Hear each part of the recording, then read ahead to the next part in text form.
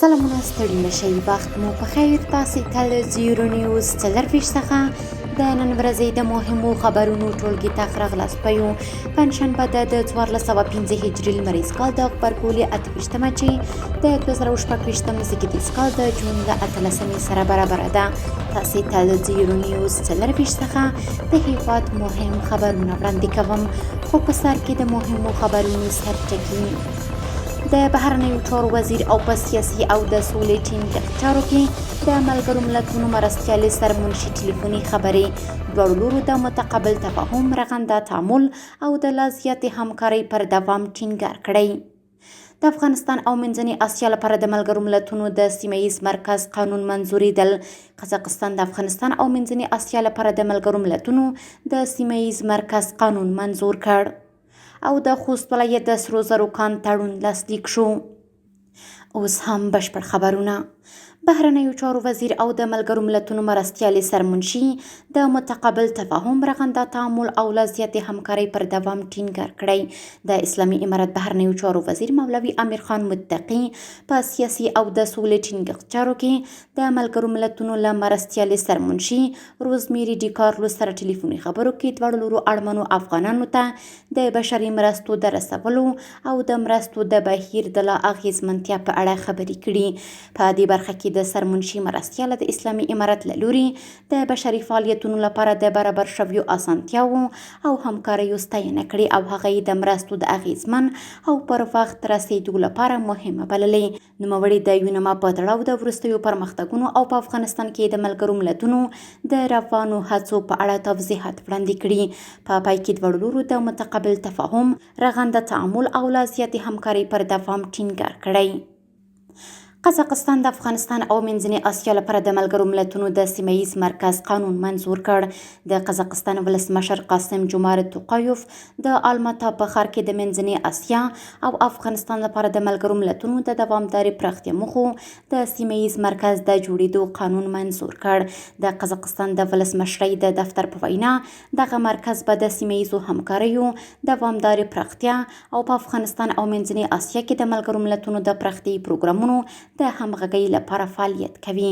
قزاقستان ژمنه کړې چې د 2025 تر 2029 کلونو پورې به هر کال 3 میلیونه ډالر د دغه مرکز د فعالیتونو لپاره ځانګړي کړي.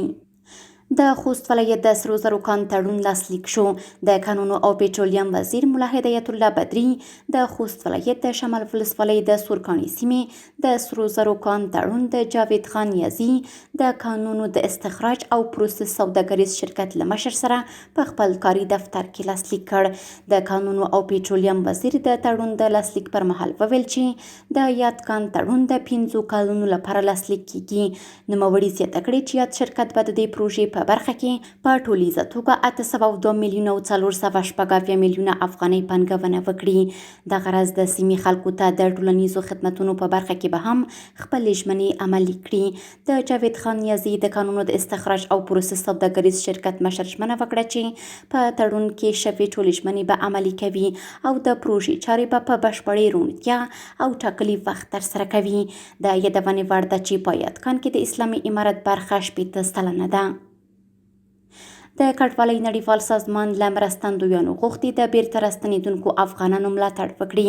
د کډوالو د نړیوالې ورځې په درشل کې د ملګرو ملتونو 4 ادارو د کډوالو عالی کمیشنرۍ، یونیسف، د ملګرو ملتونو پراختیايي پروګرام او د خوړو او کرنې سازمان په ګډه یو 3 کلن نوښت پیل کړی او له مرستندویانو یې غوښتي چې د بیرته راستنېدونکو افغانانو ملاتړ وکړي څو د پیژندپاڼو او د زیږون سندونو ترلاسه کولو ته لاسرسی ومومي. په افغانستان کې د کډوالۍ نړیوال سازمان ویلي چې د دې نوښت موخه د شاوخوا 1.5 میلیون اسنادو برابرول دي څو راستنېدونکي افغانان د قانوني هویت اسناد ولري او راتلونکی یې خوندي شي. د راپور له مخې د 2023 کال له پای راهیسې تر 6 میلیونو ډیر افغانان هیواد ته راستنه شوي، خو له نیمایي څخه کم یې داسې رسمي اسناد لري چې له افغانستان سره یې قانوني تړاو ثابت کړي. په مشهد کې د اسلامي امارت جنرال کنسول د جنوبي خراسان له والي سره وکتل. په مشهد کې د اسلامي امارت جنرال کنسول مولوي نور محمد متوکل د ایران د جنوبي خراسان له والي ډاکټر سید محمد رضا هاشمي سره لیدنه کې پر دوه اړخیزه همکاریو خبرې کړي. مولوي متوکل د افغانستان او ایران ترمنځ د اقتصادي اړیکو پر پیاوړتیا او د سوداګریز توازن پر تامین ټینګار کړی او د روغتیا، سیاحت او د بندیانو د لیږد په برخه کې د لا زیاتو اسانتیاوو غوښتنه کړې. نوموړي دغه راز د سوداګرۍ د اسانتیا لپاره د افغانستان اقدامات د هغې له ډلې په دریو ګډو سرحدي ګمرکونو کې د ویزې او پاسپورټ د شرط لغوه کېدو ته په اشارې له ایرانه غوښتي چې په دې برخه کې متقابل ګامونه پورته کړي. او وروستی خبر هم دا چې د افغانستان د سوداګرۍ او پانګونې خونې مشر د ازبکستان د سردریاب ولایت له والي سره لیدلي. په یاده لیدنه کې دواړو لورو د ګډو پانګونو په ځانګړي ډول د سرې او نساجۍ د پروژو د سوداګریزو اړیکو د پراختیا او د ازبکستان له لارې د افغانستان د میوو د صادراتو د زیاتوالي لپاره د همکاریو په اړه خبرې کړي. کورني خبرونه هم دومره و. د بهرنیو او سپورټي خبرونو لپاره زموږ پاڼې وڅارئ. په خپل رسنیو باندې فیسبوک، انسټاګرام، ایکس پخوانی ټویټر، یوټیوب او ټیک ټاک زموږ خپرونې خوښې او موږ تعقیب کړئ. ادرس یې 0 نیوز 24 تر سبانۍ خپرونې. د الله پامان.